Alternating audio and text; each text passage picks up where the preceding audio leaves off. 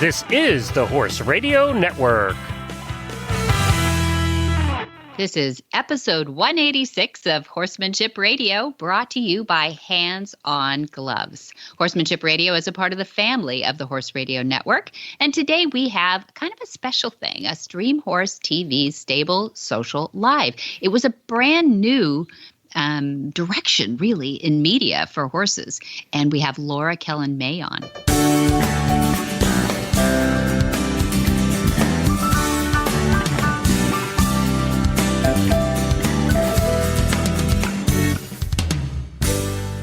This is Debbie Loucks, and you're listening to the Horsemanship Radio. Thanks for joining us. Horsemanship Radio airs on the 1st and the 15th of the month, and I have Jen with me, my producer. How are you, Jen? Yay! Glad to be here. I can't wait to hear this interview because I did not get to participate. That's right. Yeah. That's true. I did it without you. You No, did I it didn't without really me. at all. All I did was show up, but it was fun. I like what they're doing. I like that they're diversifying this media that is the equine media these days. You guys are like foundational pilot trailblazers and all that stuff with your Horse Radio Network. But people are looking into that streaming TV, and it really is going with the current of diversifying from TV in a box as we know it. So tell us a little bit about some of the topics that you're going to be talking about during this interview. Well, thank you. Yeah, Laura is an amazing horse person, and you should look her up. So she was I was a little intimidated how I was going to handle that, but she was really calming and wonderful as an interviewer. And what she did is she wanted to get a little background. So what they're doing is it's kind of a Is it a get to know you chat? Yeah. Oh, goody. It basically is. Yeah, with questions that they were pretty softball, I have to say, Jen. They were pretty easy. But, she wanted to get a little background on, we'd done that Trailblazers episode on StreamHorseTV's when they kind of launched, they did with this Trailblazing Women, and we were really across the board. And it gave an opportunity to hear some women that are behind the scenes in a lot of ways, either in founding things that have gone on larger than themselves or in working with people behind the scenes to help the equine industry. It's not that we're all that altruistic or anything. Well, some of us are, but certainly there are some women on there that have spent their life doing behind the scenes. But there's Patty Colbert, and there's some really outgoing women on there too. And when they did the Trailblazers, it was sort of eye-opening as to there's some impactful stories that can be put out there that people would enjoy. And so this was, a social hour, and it was a little on my background and growing up a Roberts kind of thing. And but also we had some fun stories too, so people can listen on there. Am I right that you guys got to answer some questions from people who were listening and watching live? Yeah, they did. You're right. There were some people, names that I recognize. It's fun to have friends on there. And that's sort of their basis too. It's like Glenn's done a few of these. Your husband, Glenn Hebert, founder. It's kind of a virtual behind the scenes chat. It's a virtual inside the actor's studio. You have an interviewer and an interviewee, and those watching live can participate by submitting questions via the instant message interface, which is really cool. Which is why when I heard that little snippet of sound, I'm like, oh, she answers questions. I can't wait. So let's get right to it without any further ado. We are going to hear from our title sponsor, and that would be Hands On Gloves, of course. There we go. And then we're going to get right to our interview. Hi, I'm Monty Roberts. And am I excited to bring you the news of a revolutionary, new, all-in-one shedding, bathing, grooming tool. Hands-on gloves. They are fantastic. And you believe me, I've tried them all. Hands-on outperforms traditional curry combs, shedding blades, metal bristles, and all those things. Most animals will gravitate to you for more grooming and petting time. If you wear them, your animals will love you more for it. While using the hands-on gloves, you can easily handle water hoses, shampoo bottles, lead ropes, leashes, and anything you want with them on your hands. They are easy to clean, and they massage muscles and stimulate circulation while helping to distribute natural oils for a healthy skin and coat. Hands-On is changing the way we bathe, de-shed, and groom our animals forever. Hands-On gloves. They are fantastic.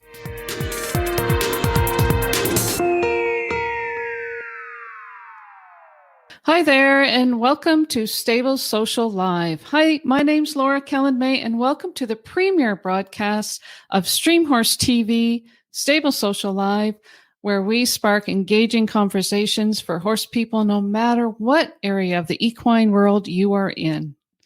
Before we go to our featured guest, Debbie Roberts Loucks, daughter of legendary horseperson Monty Roberts, let me tell you a little bit about what's happening during our first season of Stable Social Live.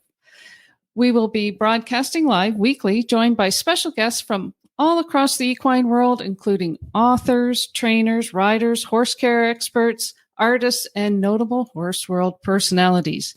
And stay tuned because we have a special segment, Retrading Goals series, which spotlights retired racehorses starting their second careers, and that should be a lot of fun.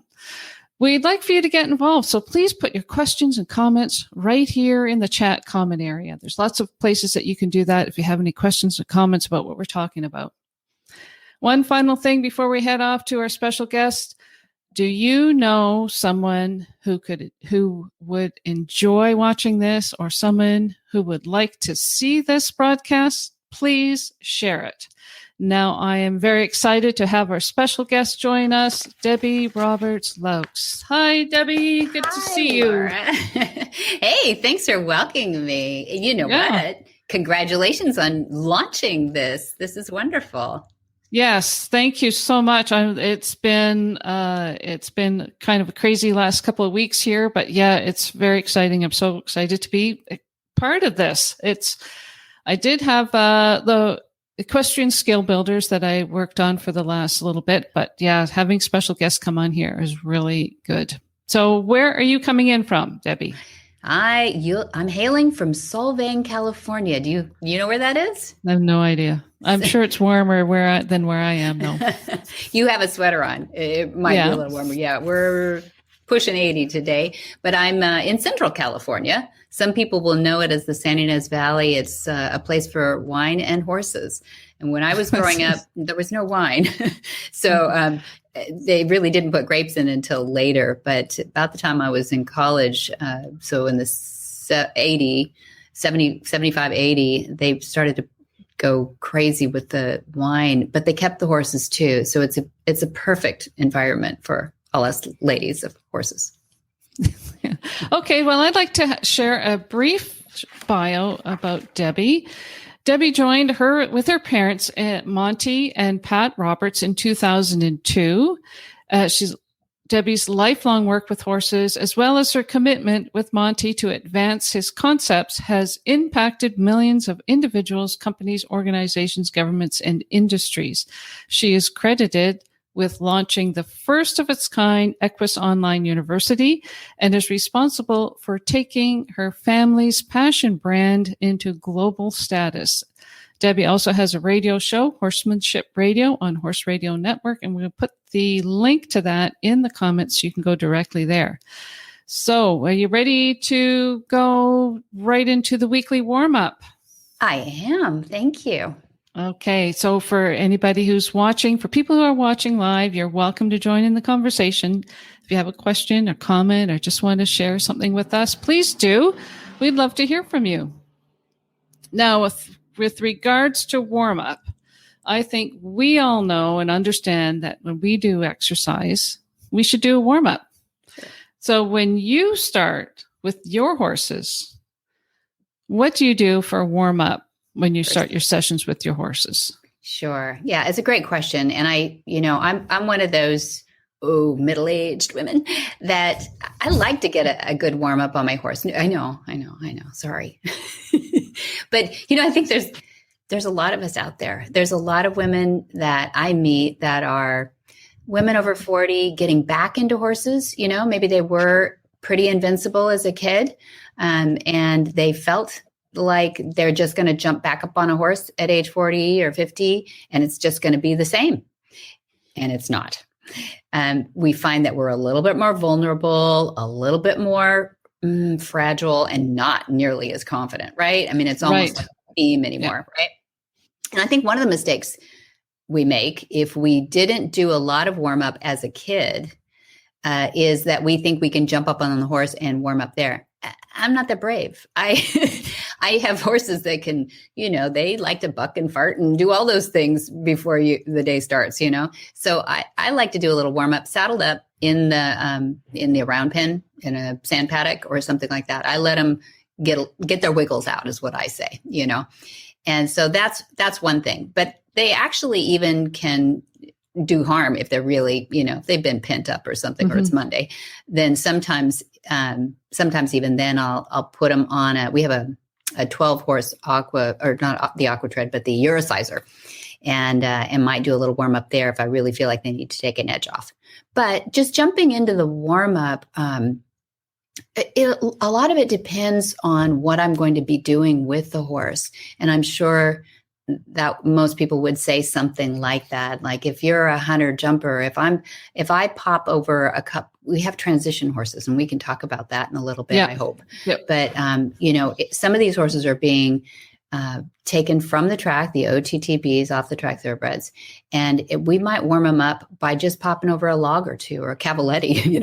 At first, they don't even know what that thing is on the ground. It could be a hose and it's a little scary, So let's warm up with something like that too, where their mind is focused. And to me, I think for the discipline that they're going to be in now, a reiner, I would do a little bit more pivoting and just add a walk, even just, your slower pace, just like you would do with your own muscles, and I'm not stretching yet, just warming.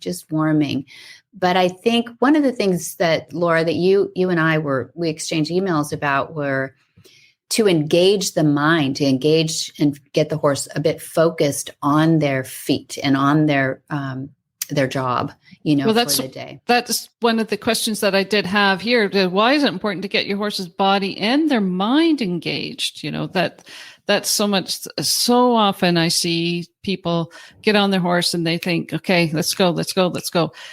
They don't take the time to engage the horse up here as well as throughout their body. Yeah, so important. And I think we're fortunate to have training here enough where when you put that saddle on and you get that horse warmed up, they become more professional about it. And when their mind is engaged in being professional, you're actually a lot more confident up there. Now you've got something to do. And so if it's going to be a horse that's going to pop over a few things or whatever, I might like to take them up and down a slope a little bit, just get that back end engaged and, just warm up those muscles that push off, but mostly it's about the mind, Laura. I think that's really what I'm trying to do is get them into that professional mode for the day. Doesn't mean you can't have fun, but it means that, they're going to be warmed up for what they are being trained to do. I like what you said at the beginning about people who, now they're going to make fun of me about the way I say about, right? About how. I love it. Yeah. About how if you're an older rider, that you just can't warm up before you get on the horse. So what things can middle-aged riders who used to ride when they were kids do before they get on to help them just warm up their muscles? What's a specific exercise, let's say, for that amateur rider who's going to take their horse out for a ride for one day? Yeah, it's a great question. And I suppose it depends on our maladies at this point too. Do we have old knees or, what do we have left here too? But I think warm up is as important for the rider as it is for the horse, obviously, maybe more because the horse is younger, tends to be. But I think some of us are fortunate to live on a property that has the stabling. And stop taking your car, walk to the stable, do something yourself to get your head in the game too. Don't take your phone.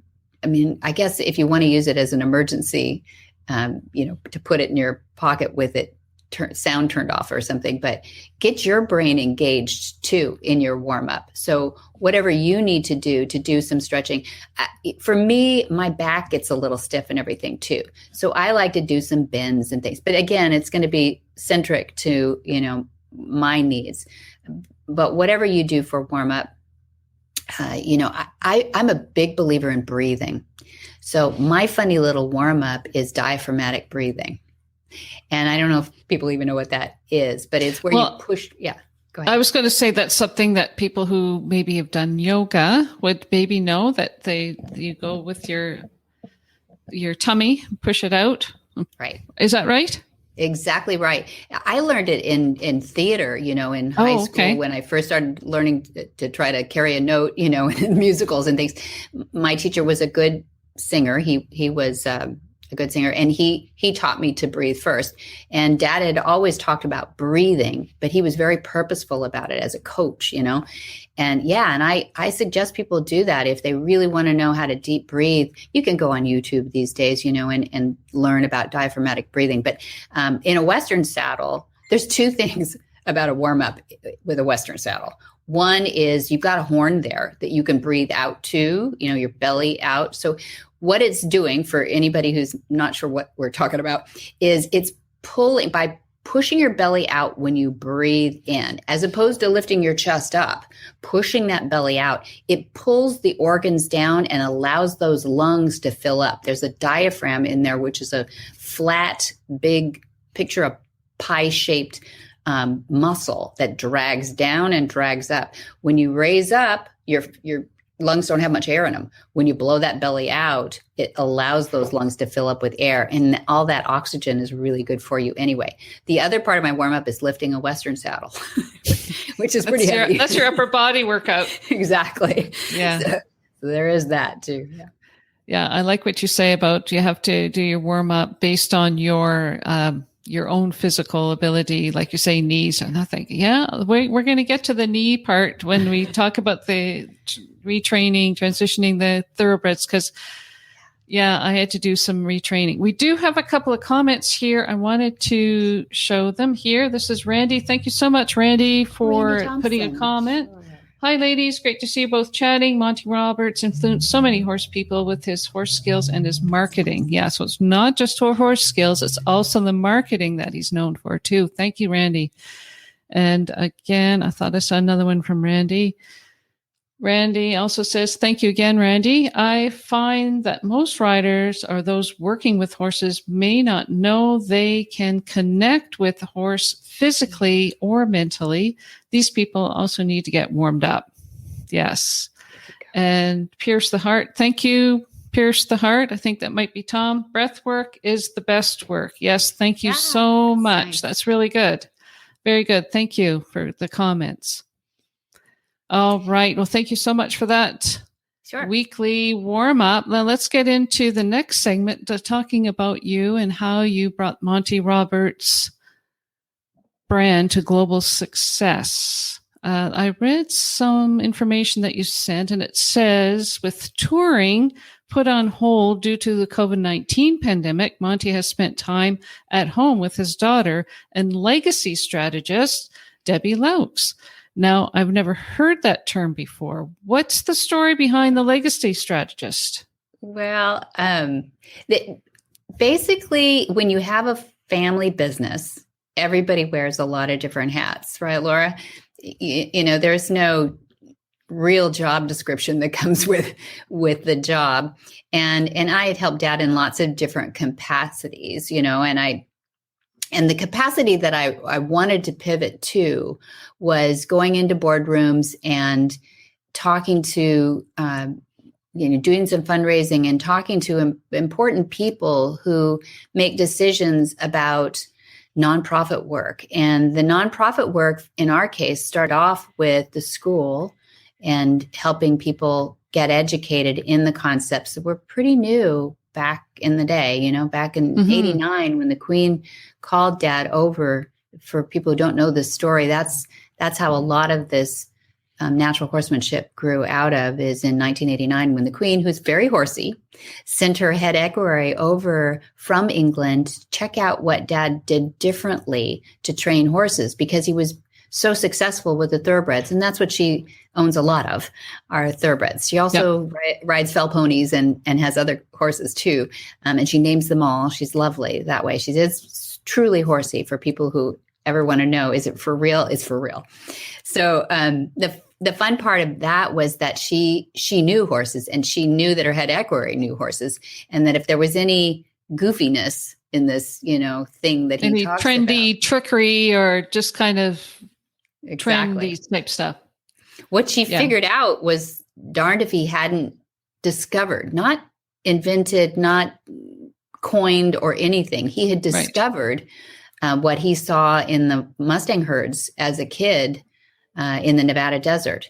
And this discovery was a language between a very silent herd. Does it drive you crazy when you watch a horse movie and all the fake whinnies are in there? Does it drive you crazy? Yes, it does. It drives me nuts when something happens and the horses all whinnies. No, they don't do that. They don't do that. Yeah. No, they don't do that. You can imagine that Mustangs do it even less. They, if they make noise, they're eaten. So you learn to be very quiet, right? Yes. And Randy Thompson says she remembers. Yeah. They're super quiet. And that means that how do they communicate in the herd? How do they know to go find water? How do they know how does the matriarch discipline the extriparous teenage boys, in the herd, and all these things? How does this all go on in utter silence, And it turns out there's a lot of body language involved in horses, between horses. So Dad thought, that's what I need to do. I need to use more body language to communicate to the horse that I want to send him away, or I want to invite him in, or I'm trustworthy. I breathe down. I keep a low heart rate, a low pulse. And most people, who are excellent, Laura, you included, with horses, tend to be pretty low key. They tend to be quiet around their horses. The ones that are Puron champions are often very quiet hands, quiet everything around their horses. Let their horses do the work that they love to do. And I think the Queen saw a little bit of that body language when he did eventually go over there to Windsor Castle to demonstrate the first demonstration of join up, what he later coined join up. He didn't have a name for it when we were growing up, right? Mm-hmm. It was how he trained horses, and it was a solid wall round pen that trainers didn't show many of their tricks back in the day. They didn't share a lot of knowledge. It was their competition that they'd be sharing it with, because everybody was a professional trainer. People don't remember, maybe now if you're younger, you might not remember that you couldn't train your horse. You were not supposed to tell a trainer how he was to train a horse. That's what you paid them for. That would be sort of crazy, actually, to think that you would be interfering with a professional. Why would you pay them then? But we've taken a lot of that back now. A lot of us have an opinion about how we'd like our horses treated or not treated. And we can shop around for trainers that fit our needs, for the horse, whether it just be kinder and gentler, more effective, whatever you're looking for. You actually have a little bit more say in it these days than you did in the 90s. So anyway, not to get off on a tangent on that, but I think legacy strategist was because I didn't know how to call myself anything else, because I wanted to perpetuate this legacy of nonviolent training. And the only thing I could do when I went into a boardroom, it didn't make sense to say I was, executive director or, CEO. Chief operating officer, Yeah. That didn't mean anything to people. But when I said, I want to continue on what he started off to show the world and share about, and he wants those seeds planted out there, the only thing I could come up with for my little card at Vista Print was legacy strategist. That really gives it a very heartfelt meaning to it when you say legacy strategist, because it's from your heart that you want to keep this legacy of what Monty Roberts. I mean, when I think Monty Roberts, that's exactly what I think of, is a person who is a horse in a person in a horse in a person's body, or somebody who can Dr. Doolittle type of person. That's nice. This, does that make sense? He would appreciate that. Yeah. We always say he's more horse than human sometimes, because that's where his brain works. Yeah. So this past year, I mean, you travel around, I'm guessing, but this last year, like everybody, it must have been a completely different landscape for you. How did you do things differently this year than you did before? Yeah, like everybody has a different story, I'm sure, right? How you figure this all out. Well, I guess one thing that might be interesting for people is that Dad was in Australia for all of January and February of 2020. So he got back here just in time to do our first Horse Sense and Healing, which is our program, a 3-day program for veterans and first responders. And we did that weekend. And then the very next day was lockdown here in California, March 8th, I want to say, or something like that. And he thought, well, I'll be back in Australia in a month, but that didn't happen. Right. And we had already at that point established our third annual, The Movement was all set up. And I can talk a little bit about what The Movement is, but it's an event here we have in Central California, in Solvang, California, where we share with different presenters and different horses. We share the qualities of horses that are changing and making and improving human lives. And so that event was really important to us.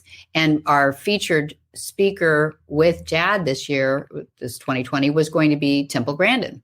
Okay, so I do have a bit of a video. Do you want me to show that? Would you like to talk over, do a little bit of talk? And I can stop it if you want me to, if you would like for me to stop and show different things. Or so the first kind of little bit, it's the trailer for the movement. The movement, and the first thing is the horse getting off the trailer. This is Dr. Siemens on my left of my screen, and Monty almost losing it right there. I was wondering, did he have gloves on? I don't think so. He has nice flat lines, which is good, and they're cushioned. But this horse, this was proving, if you want me to give a little description, Dr. Siemens is a veterinarian from Idaho, and he's brilliant. He comes across as a good old boy, but he's brilliant with equine behaviors as well as medicine. And so he's always trying to figure out how to help a horse, get past whatever medical issue he has. And I asked him to speak on equine vision and how different it is from us. And he did a great presentation with how long it takes. It takes 5 minutes, Laura, for a horse's eyes to go from light into dark. So people who go into an indoor arena and often wonder why the first jump is knocked down, or just other issues of acting up, going into an arena or even going out. But it's the end of the arena that everybody's concerned about, and getting your score knocked down. And it's because we haven't necessarily allowed our horse enough time. I often, I think I remember studying it. I thought I heard 4 times. It takes 4 times as long for the horse's pupils to react to the light than it does for a human. So 5 minutes, that sounds interesting. I mean, and a lot of people, they don't. And same thing when they come from a dark stable out into the sunlight. And I remember having a horse that would, as soon as he stepped out, he would stand and he would wander. And I couldn't figure out why he would just plant himself coming out of the stable. And then I thought, maybe it's because he can't see anything because his irises haven't shut down yet. But yeah. And loading in a trailer. So that was our demonstration right there in the yard. This is live streaming on Horse and Country TV. That was the pivot, right? Is because it was June of 2020 and nobody could come. So we had planned to have Horse and Country stream just like we're doing right now, stream it anyway. But we said, gosh, let's have the presenters get there that can. Now this Cremello stallion, we did a demonstration of teaching him to come to the mounting block. And obviously he was, had a mind of his own. He's doing what he wants to do in the round pen. And it was brilliant because in a very short time, there's Temple Grandin. In a very short time, we taught him right in front of a live audience. Dad is brave that way. He does not work with a net, as they say. And he's done it in front of live audiences, probably over 10,000 horses now around the world. So for him, doesn't bother him at all. Me, I have to worry a little bit about staying on time and doing all those things, but he just one after another, we would bring a horse in and start to work with them. That particular horse, you can see that Dad had a stool over there on the side because he had just been diagnosed with an autoimmune during COVID, by the way.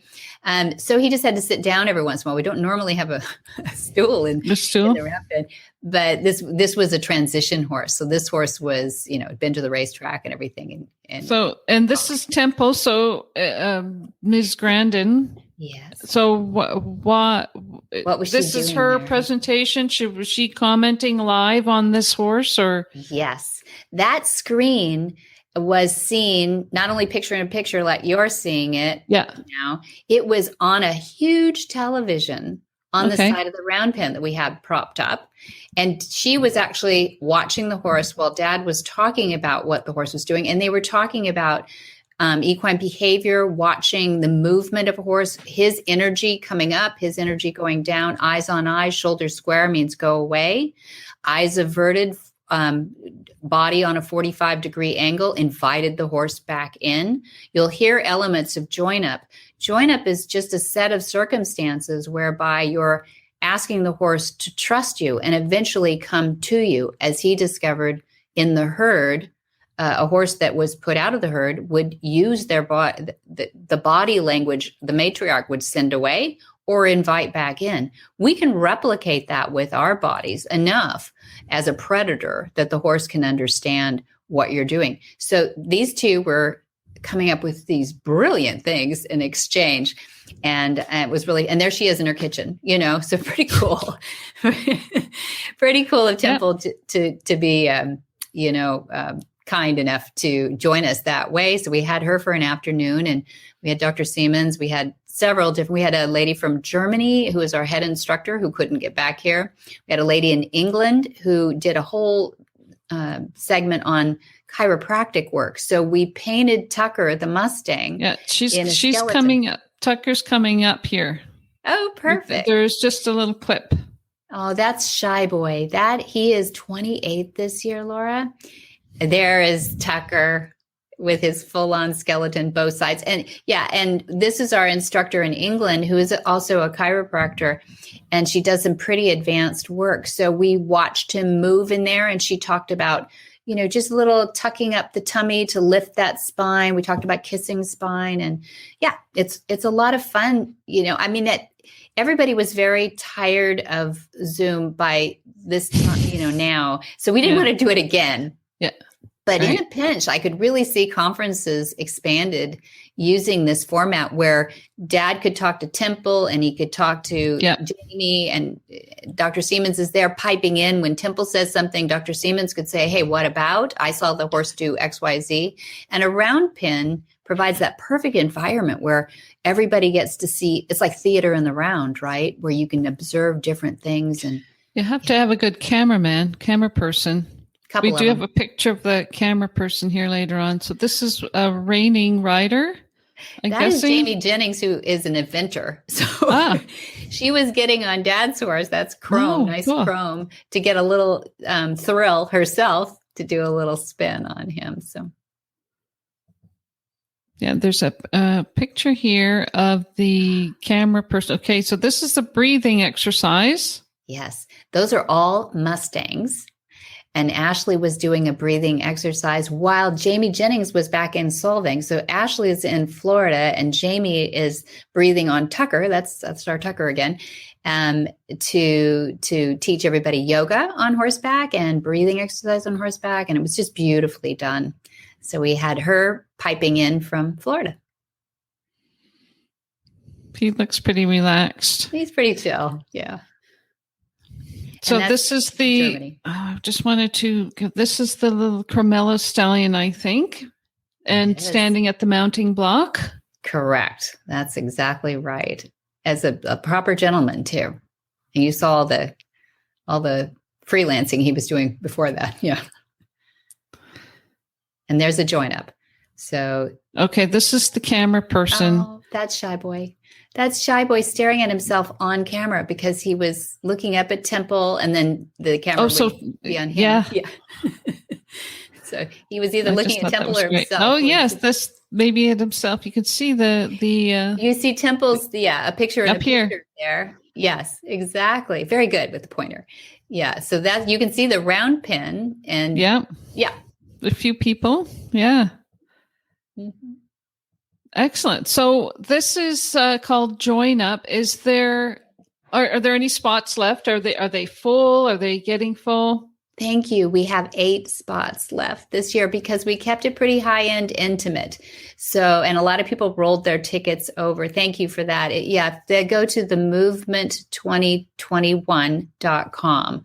They can learn more information about that. And I didn't mean to make it a commercial. I just get excited about the advancement in technology, allowing horsemen to learn more from corners of the world, the people that communicate things so well in their areas of life. Yeah.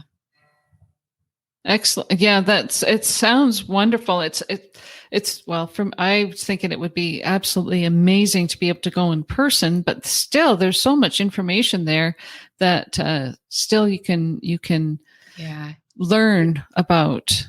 We put it up on Vimeo, so people for just a few dollars, they can go there and see it again. So yes, this is the trailer, and that's right, exactly. Thank you. With respect to branding, what's your advice on branding and growing a brand? And is there one specific thing that you learned along the way that you could share about growing your business brand? If there's probably people here wanting to know, as well as secrets for Join Up and being a friend with your horse, but what's a simple branding thing that people could do with their business? Yeah, I think probably the mistake that we all make a little bit in the beginning is getting excited about all the things you can do with a brand, as opposed to getting really simple and getting your brand statement. Even if you want to call it a mission statement, you can, but most true to yourself, and then stick to that. And it emanates throughout the brand then when you've got that really, really right. It's just like a good nonprofit or a good corporate business. If they really are true to their message, the rest of the stuff falls into place. For us, Dad had always said violence is never the answer. And, when you start there and you draw a line in it, there's no excuses then. That is your brand. If you scribble outside those lines, you can say, well, there's exceptions when no, then you're not true to your brand. The expanded statement that Dad always said is that violence is never the answer. No one of us was born with the right to say you must or I'll hurt you to any other being, human or animal. And so that's a pretty broad, draw a line in the sand, right? Mm-hmm. But his favorite thing, I think, to say these days, and this is where I like to brand him too, is that the good trainer can get a horse to do almost anything. And we all know the good trainers. But the great trainer can cause the horse to want to do it. And so that causing is another one of those words that people need to think about. So get your brand really, really right. That not the good trainer can make a horse do anything, but the great trainer can get him to do it. No, it's cause, because cause means that you've got a partnership. And everybody knows that you strive for a partnership where your horse wants to do what you have him doing. He's having fun doing it. And if he's not, maybe we put him in the wrong vocation. Maybe he needs to go jump over something instead of run and turn. Spin, I don't know. Whatever. Right? Yeah, exactly. Yeah. Exactly. So I think being true to that. Yeah. Getting back to the movement. Yeah. I'm not sure that we touched on the dates. What are the dates? Oh, thank you. Thank you. It's June 18, 19, and 20. So It's coming right up in about 3 weeks as we speak right now. This being, what are we, June 1 today? June 1. Yes. So it's June 18, 19. And it is a Friday, Saturday, Sunday. And here's the bad news for fathers. It's Father's Day on Sunday. So warning on that one. But you know what? There might be a lot of fathers who say, wow, it would be really peaceful and nice if my wife went to that thing. And she's been. Maybe they want to go. Exactly. Maybe right? we get a few more men in this business, right? Right. That'd be great. Thanks to Why not? Yeah. The other thing was funny about our brand, just popped into my head too, is Dad is 100% colorblind. He's just really 100% colorblind. And growing up, that was a pretty cool thing for him because he never had to worry about, matchy. My grandmother did all that for him. And he always wore the same clothes pretty much. And it turned out pretty well for filming and everything, because you always look like you're, it's the same day, right? Because you're in the same clothes. But when we got to saying what's the one thing, branding is all about picking out on a shelf that Crest toothpaste, because you recognize Crest is always in some sort of the right colors, the right font, the right everything. Right. Yeah. So be really true for those people who are really trying to brand themselves.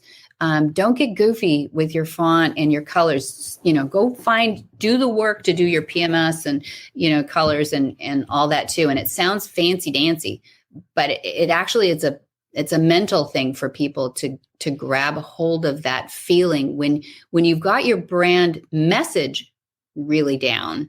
Then you want to also get that recognition really down too, so that people go, yeah, that's that. I recognize that. I recognize that. Yeah. Okay. I recognize that. Yeah. Exactly. Yeah. I know what you're talking about. Yeah.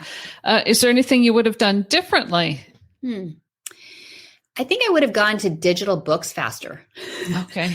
I hadn't thought about that before, but in the early 2000s, we really wanted to spread the message. We wanted people to learn, and we wanted them to learn that it's actually simpler than sometimes the industry likes to make things, and just get really simple, like draw a line in the sand at violence. And that means no yelling. That means we don't even like people slap the horse a lot, and it drives up the adrenaline. If you put markers on a horse, you'll find that it drives adrenaline. They'll get used to us.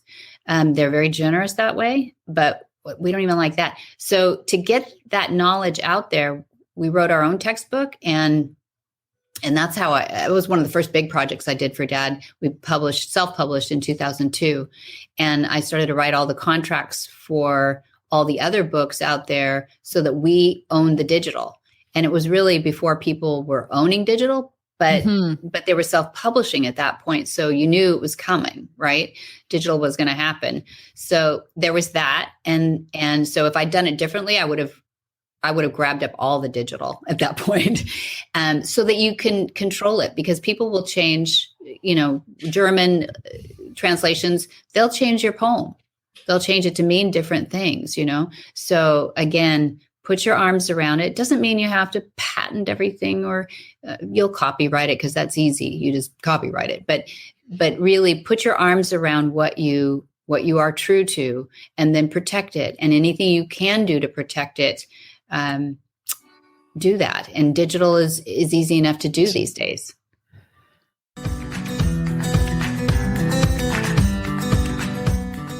Listen up, horse owners. If your horses can't get out on green grass for their daily dose of omegas, Purina's got you covered. The Purina team of PhD equine nutritionists have 2 new products that are rich in omega-3 fatty acids, and they taste better than many sources. Looking at you, fish oil. Try the new Purina Omega Match Timothy-based Ration Balancer or ahi flower oil supplement, and see for yourself why these are among some of the best omegas that nature offers. It can take science and love together, each pulling their weight to help your horses live their best lives. Put our research to the test at purinamills.com/omega match.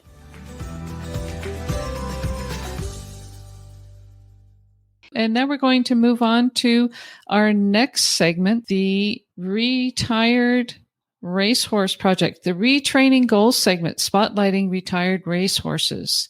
And this segment is sponsored by the Retired Racehorse Project.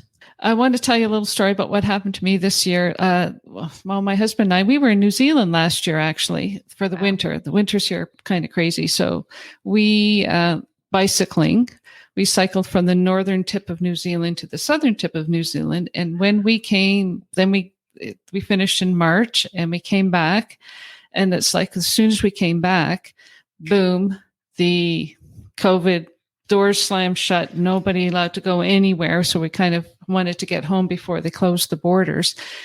But in Ontario, where I was living, there's a racetrack called Woodbine Racetrack. And because of the government's restrictions and the stay-at-home orders, the racetrack was virtually closed. I don't know the specifics or the details of it, but there was a lot of thoroughbred racehorses for sale. And so, you hear people about getting COVID puppies and COVID kittens. Well, I hate to say it, I got a COVID horse. And I just wanted to share my COVID horse. And he was a great guy. And his 16-hand dark bay, his name is Uncle Grumpy. No. And he was anything but grumpy. He was black. He was gorgeous. But when he first came, he was a handful full of beans, scrape him off the ceiling. So my friend and I, Patrick, and who was going to be with us tonight, but couldn't because his mare was falling out, he helped me with him because I'm old and he's not old. And we hacked him out. We very quietly exposed him to what we thought were different things, but maybe he'd seen them. We don't know because we didn't get too much of a history, but he had raced like the month previous. And hacked him out, just did some light walking, did a few little fun things to teach him to pick his feet up in a different way than maybe what he was used to. And of course, we just worked on the ground and did lots of just, it's okay, you're going to be okay, and walking and that type of thing.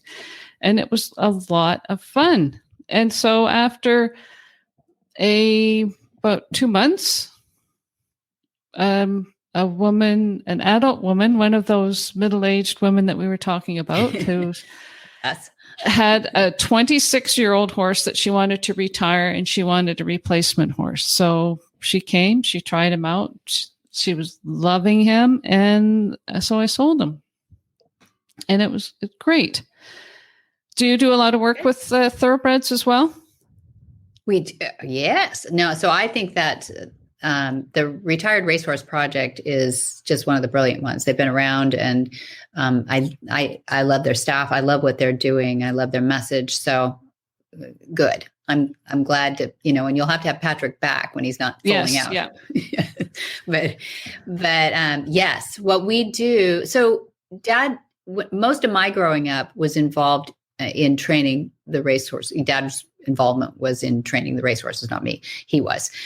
He started all the racehorses here as yearlings, and then going into their second year, right? So he'd buy them as yearlings, grow them up a little bit, and then start their training. And that was he and my mom topped the sales here in California for 18, 20 years. I mean, I don't know if they'll break the record because they shut the sales down eventually at Hollywood Park, when that went away. And anyway, they had a really standing reputation of being able to start all these babies. So that's what really grew out of our growing up, is we showed Western and English and anything I could get high point on, I'd show it. But the thoroughbreds is how our family was fed, really. So we have a lot of connection in the thoroughbred industry. And it made sense that when what we were doing here at the school, the Monty Roberts International Learning Center, is the school where we started teaching the join up and getting instructors certified. And that was the interest when he went on tour. But what we ended up doing was calling up a lot of these rescues and places because, funny enough, people had championship horses didn't want us experimenting and learning on their horses. They wouldn't let us play with their horses in order to teach join up. So we went to the rescues and said, can we work with some of these horses that are healthy and put some training on them and then give them back and help you find them to be more adoptable? And they said, Yahoo. So we did about 25 a year or so for years, Laura. I mean, I'm slow on the uptake. We did this for years without thinking we're actually kind of doing that. We're actually transitioning horses to new vocations, but we're not the adoption partner. So this wonderful initiative happened, a really cool group of people, Christy Counts, Christy Cappert. They put this thing called the Right Horse Initiative together. And they said, golly, it used to be that you always went to a breeder to get a dog, Right. And nobody wants to say that anymore. They all want to say, oh, no, this is my rescue dog, right? Why can't we do that for horses the way people have done that for dogs? And I thought, that is brilliant. So what they were really doing, though, because horses are different than dogs, you're not going to put them in the living room. So there was a network that needed to be set up, right? You really needed to have a network so that reiner that some 12-year-old kid needs in Florida, because he's ready for his next level. And back in California, there's a horse that is ready to retire at 12 or something. He's still got life ahead of him and can be a good teacher, but he's not going to be going and blowing with a professional anymore. Why can't you get those two together? And that made perfect sense to me too. And I'm interviewing we had that podcast called Horsemanship Radio that you introduced. Thank you. And so I wanted to interview them just to find out what they did. Isn't that a great way to learn something, is to interview the person, and they'll come on your podcast and then you can learn lots of things. And I learned that if we could do it for 25 horses a year, what if we did it year round? And we could maybe get 100 horses done a year. And when I went to them with, how do I do that? They said, jeepers, very few are doing 100 horses a year. And I said, given our circumstances, I think we could, And so we worked on it with them for a couple of years, getting our ducks in a row, and launched it in 2020 in October on live streaming TV to Horse and Country again. And, for us, it was what we were always doing, but we never were purposeful about rescuing OTTBs necessarily. We would hear about these horses coming off the track. A trainer would say, well, I'm either going to send them to Arkansas, and you know what that means? They're going to race to get a few more dollars out of them. And then who knows? We know, but we don't want to talk about it. Or we could maybe pivot on that vocation of theirs. All right. I want to share another horse that after I sold this one, I felt like there was something missing in my life. So I bought another one. You must, right?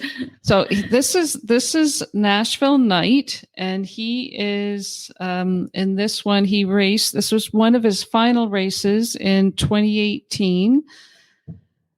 I just want to show this. So we're going to watch this. This is one of his final races. He's number 3, so he's right here in front. And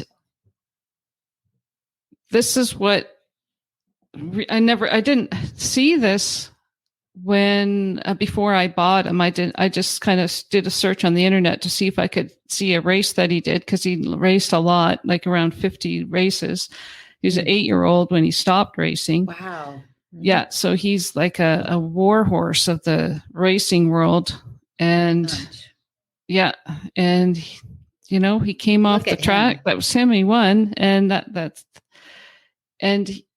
he was awesome horse. So he landed at the track, and like he was ready to go. He was done racing. He didn't really want to race anymore. If you looked at his records, he was good. And then the next year he was really good. And then the placings finally got slower and slower and slower. So he was sold off the racetrack in 2018. And then he had a year off where got his nutrition back on track and his feet back on track and his everything kind of learned how to be a horse. Because a lot of times these horses, they don't know how to be a horse, do they? Absolutely. Absolutely. I'm so glad you rescued him, by the way. When you talk about your father going out and watching the Mustangs and learning their language, well, when you buy one of these guys and put them out with your herd, they have no idea what ears back means. They have no idea of any of that. So he went to the school of hard knocks where he would come in and every day there'd be a bite or a kick mark, and I don't think that's being cruel, but it teaches them how to be a horse, really, and the horse language. Exactly. And we really just kind of took it easy with him and walked and taught him it was okay. And, we didn't need to be worried about being cinched up really tightly, really. So we just kind of took our time, walked over the poles so that he learned how to pick his feet up this way instead of always pushing forward and trying to teach him to carry himself, right? So if you look at this again, and this is him here racing, right? This is Nashville Night. And the start. I mean, that's all he really knew how to do. Right. Okay, so now I want to show you him now. Let's see if I can just get this off here. So this is May of this year. After 2 months, let's say. I don't exactly know. This is May. So we're June. This was last month.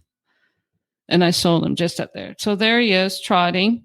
Look at that nice top just line. Let's just steady. And that's really what we focused on. Just being steady and quiet and nice and just being a quiet horse. So then I sold this guy to a 12, 13-year-old who wanted to start riding, who wanted to start doing some eventing.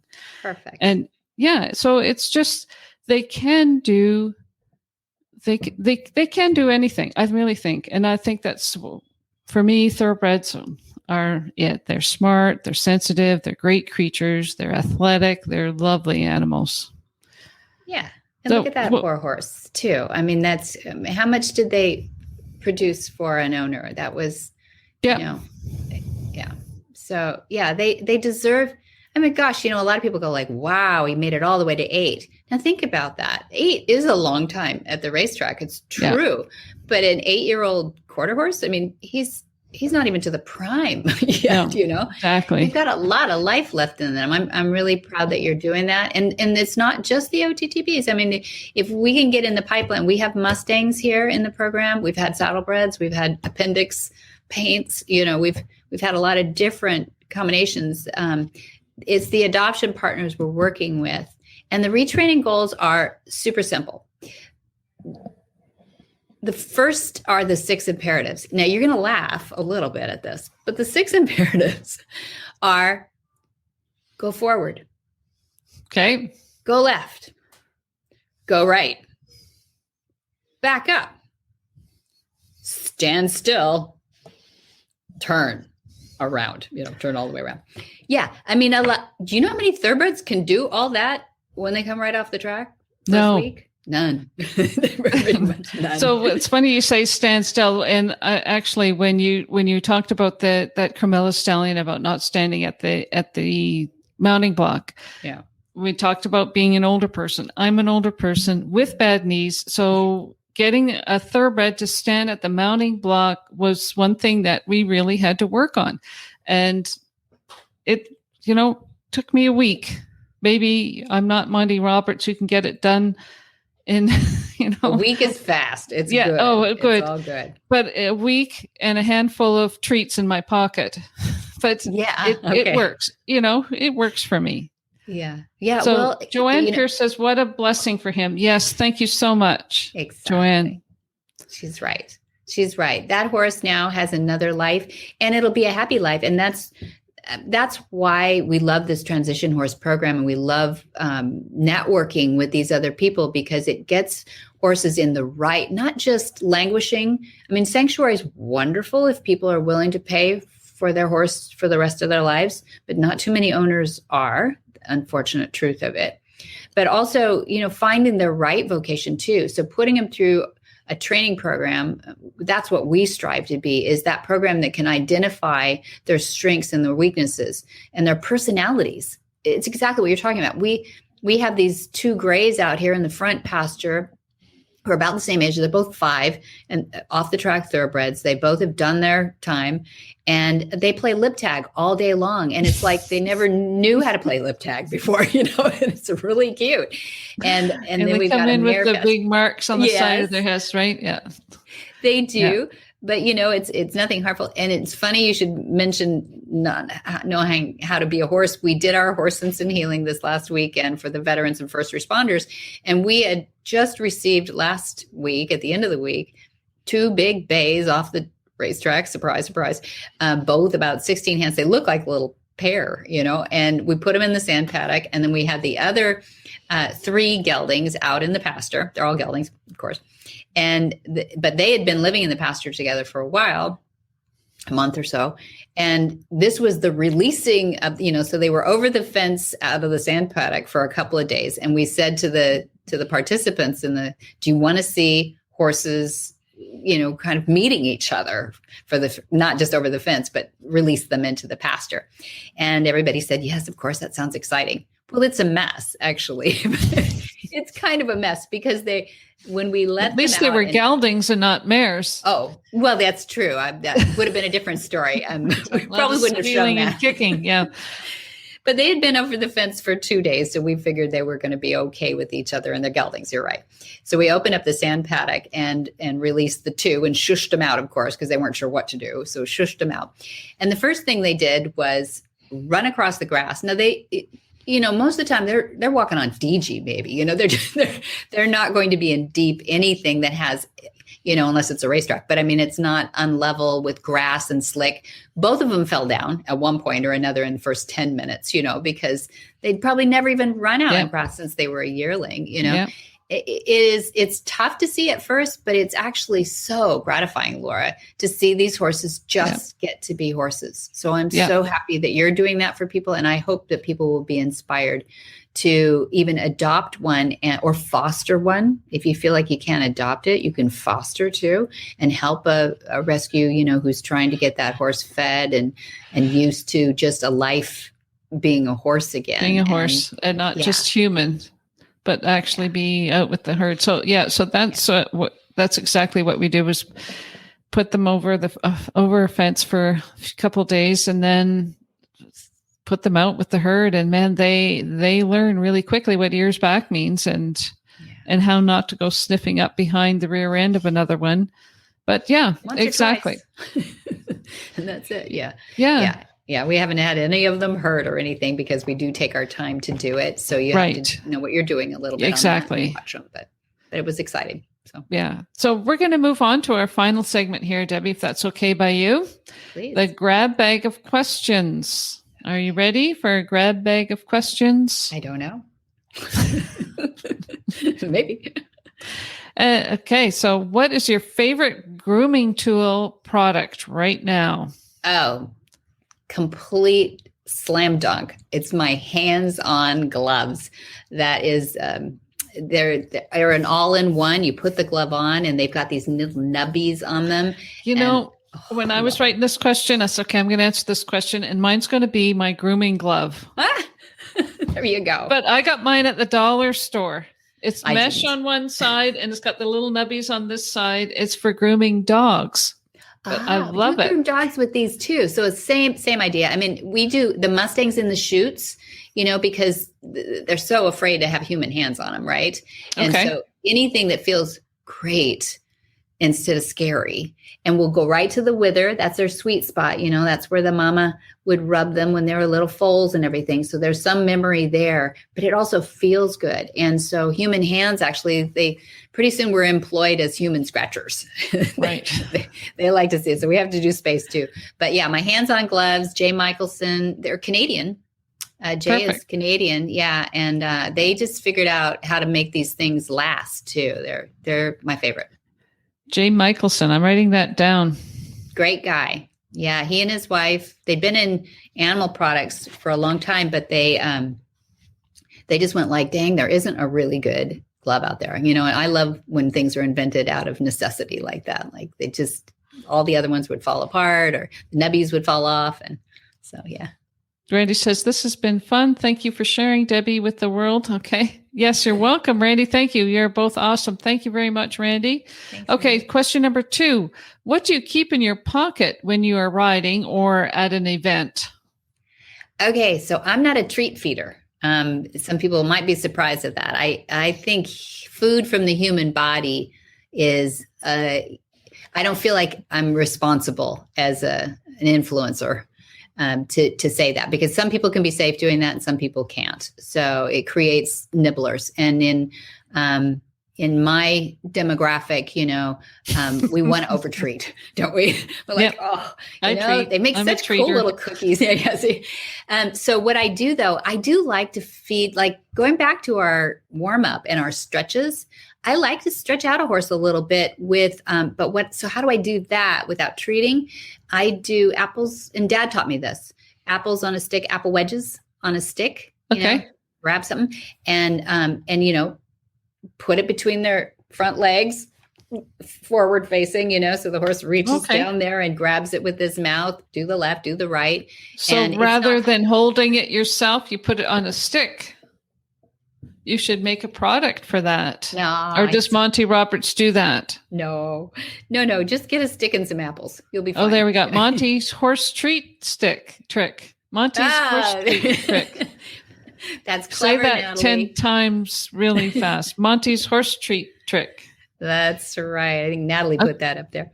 Yes, she did. Okay. So do you have any superstitions at shows? Oh, wait a minute. Before we get to that, keep in my pocket. I keep what do you do? carrots in my pocket, probably for the same reason you do. I cut them in lengthways slivers so that I can give it to the horse. Yeah. They say, yes, put it on a flat hand, but I do it this so I can get the horse to turn left and turn right and go down like the way you say. But sometimes I forget I have carrot sticks in my pocket. And then when I go to put my coat on and I put my hands in the pocket, it feels like dried up, I don't know, like Ew. something in my pockets. Or you go to the store and you're looking for money and you bring out your hand and there's these whizzing carrots. Anyway, I keep You're carrots. a horse girl. You're a horse girl. Yeah. If there is an alfalfa in your pocket somewhere, then you're Yeah, exactly. What's the best training trick you've recently learned or that your dad shares? I think one of them you just kind of shared was the treat. That's an old one. I guess this is where a recent training trick. We had a horse that was really hard to catch, and he was dangerous, kind of even in a 12 by 12 stall, pretty darn dangerous. Yeah. Would wheel kick, do all those ears pinned back, really dangerous. And he taught, I didn't want to leave the halter on, a lot of people will leave the halter so you can grab it, but the trick we used was to have him, we started with the hands-on gloves and would go in there and then walk away, go in there and walk away. And so that he'd start to lean in, right? He'd start to like, I kind of like that. I don't have to be a booger the whole time, and I'll start to cooperate with you. And then what we do is I had a little bucket of grain in the corner, just a nibble. Hardly anything that he's just stealing a little grain, and who knows who put it there? I don't know. And it was down there. And so it was a combination of that good feeling. And so when I came in there was, not attached to it. There was that little bit of steal of a grain and a nice little rub. And I'd go in there 6 times a day, and then leave. No work was involved in this or anything. And pretty soon, he's there, he's ready. He's ready to go. I'll be caught now. Yeah. I like you. Yeah. Yeah, exactly. And it was no a pressure. I don't know what his history was coming to us, of what was happening before that made him grumpy like that. And I'm not even going to speculate. I don't know. But I know that he wasn't happy with people coming into his stall. So now he likes people coming into his stall. Yeah, he's happy. So for me, what's the best training trick I've recently learned was apple on a stick. I just learned that today. So. When you go to shows or events, do you do anything superstitious at shows? Do you wear the same socks? Do you wear the same clothing? Do you have any superstitions? I really don't. I'm not a very, I think probably it's been whacked out of me because I feel like people criticized us so much in the 90s and the early 2000s for being ooey, horse whisperer, and all this stuff like Dad was a guru status. And if it was a guru status, now remember me, I'm the legacy strategist. If it's a guru status, it dies with him. I mean, nobody else can do it. And frankly, that's why we started the online university, because Dad who else has worked with horses? Didn't get in the business till he was 3, so he had a lot of years on everybody at that point. And he had innovated all through every decade of his life. He innovated in one way or another quite dramatically. And so I thought, dang, I've got to really film everything that he does. And I went to him first. It was pretty awkward internet at first, but I went to him first and I said, why do you do this right here? I'm watching this video of you doing this, and you stood in front of the horse this time, but this time you didn't. He said, no, I don't really do that. And I go, like, look at the footage. You actually do that. And I'm sure there's a reason. Your muscle memory must tell you to do that. And he goes, yeah, you're right. I got to go figure that out. And he started to study some of this footage. And then you know what he did? He went to the deer. And the deer, we have deer here on the ranch, and he's been doing a program for 40 years with a family of deer here. And they're 100 times flightier than a horse. And he figured if he can do some things with the deer, the horses would be easy. And he learned so much from the deer. Where to put his eyes, how quickly to move his eyes, how to move like you're in heavy oil more gracefully around a horse, especially one that's either been abused or one that's wild. And there's nothing like having to perfect it on something that's 100 times flightier than a horse and then taking it to your horses. And that was a huge education for me to watch him do that later in life, because I was old by then. I was in college, really, by the time he started this program. And, so that's not really any superstition. So you don't have any superstition things that you do. My point is we stay in science, right? We stay in science. And if it can't be proven, then I just don't go there. I'm sorry. So you don't wear the same color socks or wear the same color gloves or... I don't even think about it anymore, Laura. I might have done that when I was, 15 or 20, but I don't even remember it anymore because I've been so knocked on the head by critics, of people who say, yes, okay, you need to prove it scientifically. Right. Now, here's a really great one. Do you have a special horse? And if you could take that horse for coffee, what would you ask them or tell them? What would I ask them or tell them? Natalie, who's helping us here in the background. Hi, Natalie. Loves me to tell the goat story, and I think that is my special. It's sort of my hard horse a little bit, not really, but my first experience like that, and the reason it is because her mother died shortly after childbirth, after foaling, and the dad said, do you want to keep this little foal? I can go find a nurse mare for her, I think, but I'm not sure. Or I don't know if she's going to make it. And he said, what we could do is get you a goat and I'll build a rack for you and you can put the goat up in the rack. And little did I know how hard that was going to be because the goat. Put the goat in the rack for what? So the what do you mean? Foal would nurse the goat. Oh, okay. So you had raised the goat up so the foal could nurse from the goat. Okay. Exactly. And two things happen. One, she drinks more milk as she gets bigger. And two, she gets bigger. So the rack had to be rebuilt and I had to get second goat. And it took me a long time to eat goat cheese or even smell a goat after that, because I was in the 4th grade at that point, so I'm pretty little. And I think if I took her to coffee today, it would be so cool to talk about those old times, And I don't know what I'd ask her, but I'd ask her probably how much she liked goats too. She was pretty frustrated with those goats too, I think. I want to thank you so much for joining me today at our first live broadcast from StreamHorse TV, the Stable Social Live. Thank you. Our guest today was Debbie Roberts Loucks. And thank you so much, Debbie. Really appreciate it. And I hope to see you again. And next week, our guest will be Elizabeth Letts, New York Times bestselling author of The Perfect Horse and the $80 Champion. And she will be discussing her new book, The Ride of Her Life. And please don't forget to follow us, follow StreamHorse TV on Facebook, Instagram, Twitter, and YouTube, and subscribe for free at thestreamhorse.tv for more information on what we have going on in our community of horse enthusiasts. So thank you so much. I really appreciate it. And we'll see you all next week. Bye now. Thank you, Laura. Welcome back, Audrey Griffin. Thank you for agreeing to come back and sharing with our listeners a favorite tip of yours. I don't even know what it is, so let us know. Okay. Well, when you're in a group riding, or even if it's just 2 or 3 or 4 of you, if somebody has to get off their horse for some reason, it's really important that you stay with them until they get back on, because sometimes if you keep riding, their horse gets a little anxious, and bad things might happen.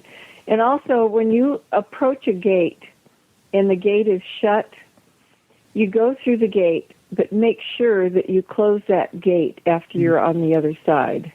Mm-hmm. Mm-hmm. That sounds like something you've learned the hard way.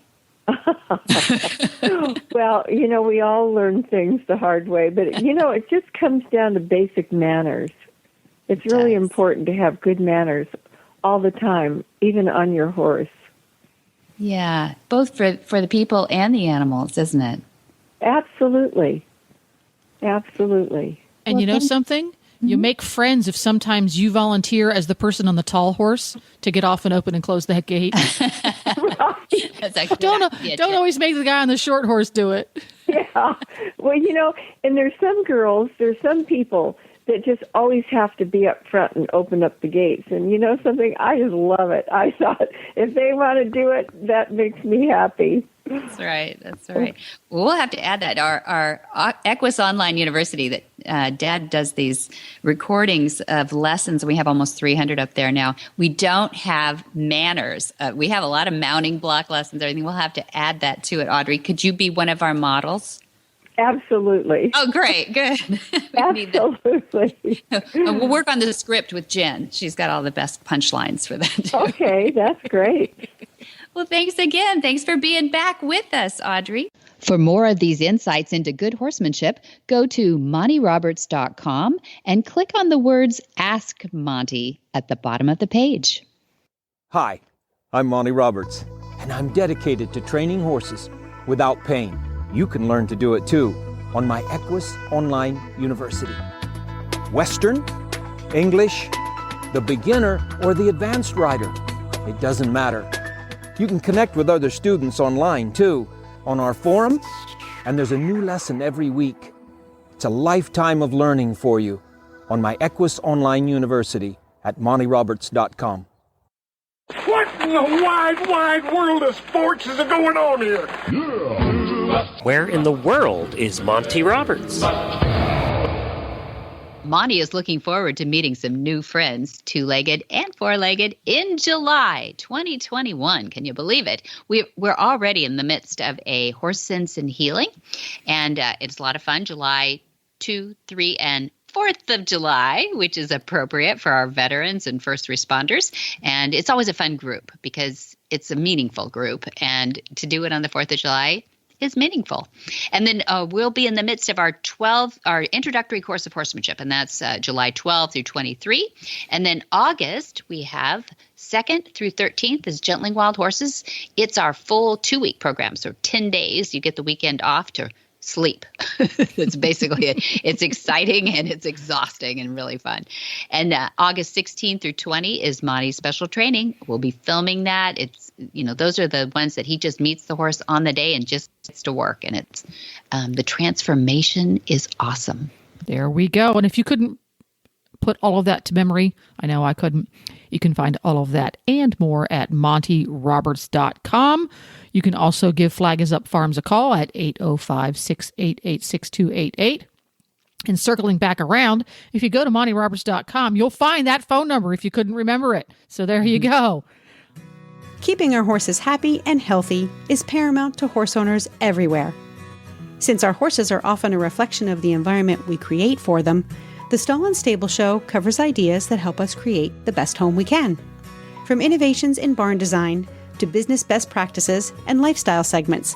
There's a new episode every 2 weeks at stallandstable.com, Horse Radio Network, or wherever you get your podcasts. Well, that's about a wrap up for today. It's been quite a big show. And for details about today's show, you can go to montyroberts.com because the podcasts are right there on the homepage. You just scroll down a little bit. Sure. But if you want to go to the page that has just the podcasts and nothing else, you're going to go to horsemanshipradio.com and you're going to find pictures and links and information about today's guests and topics. And we love your feedback.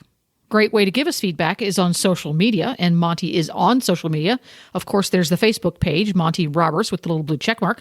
He is also on Twitter and Instagram. His handle is Monty_Roberts.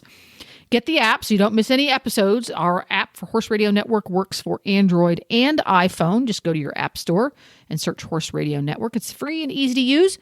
You can choose 1 show, 5 shows, every show. It's your choice. Yeah. That's right. And many thanks to our sponsor, too. That is Hands On Gloves. Woo-hoo. We love our Hands On Gloves. And they have a youth size, too. Did you know that? I did not know that. These little kids are so good with them, too. They love rubbing up and down those legs, and they're small. But we're using them in our lead-up program for the youth, too. So, yep. I love them. And MontyRobertsUniversity.com. That is a separate website from MontyRoberts.com, but you can find it there. But MontyRobertsUniversity.com, we are almost rolling the clock over to 700 lessons. Can you believe that? Oh my gosh. And be sure to visit all the other great shows too on the Horse Radio Network. That's www.horseradionetwork.com. But until next time, have many happy horse hours.